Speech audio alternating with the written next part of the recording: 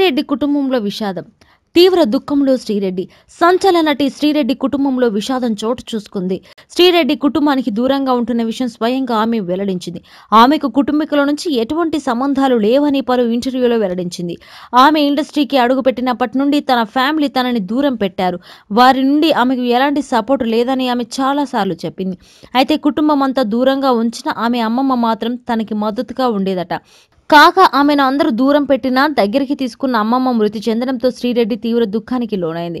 ఆమె తన అమ్మమ్మ మరణ వార్తను ఈరోజు ఫేస్బుక్లో పోస్ట్ చేసి తన ఆవేదనను తెలిపింది. అమ్మమ్మ, నీ కోసం నేను ఎన్నో కన్నీళ్లు రాల్చా. నీ స్థానాన్ని ఎవరు రీప్లేస్ చేయగలరు? అమ్మ నా వైపు లేనప్పుడు నాకు సహాయం చేసింది, మద్దతుగా నిలిచింది నువ్వే. నాకు ఎవరున్నారు? నీ అకస్మాక మరణం వార్త నేను భరించలేను. నా జీవితంలో మెయిన్ పిల్లర్ని కోల్పోయాను. నేను అమ్మమ్మని ఇంకెవరిని పిలవాలి?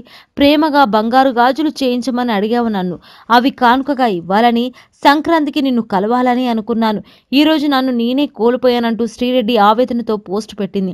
అమ్మమ్మ మరణ వార్త తెలిసే సమయానికి 15 నిమిషాల ముందే శ్రీరెడ్డి ఫేస్బుక్లోని తన పేజీలో చీర సింగారం చూపుతూ సెల్ఫీ వీడియో తీసుకొని పోస్ట్ చేసింది.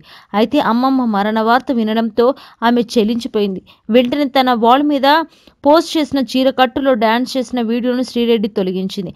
బాధలో ఉన్నందుకే ఆ వీడియోను తన వాల్ మీద నుంచి తొలగించినట్లు తెలిపింది.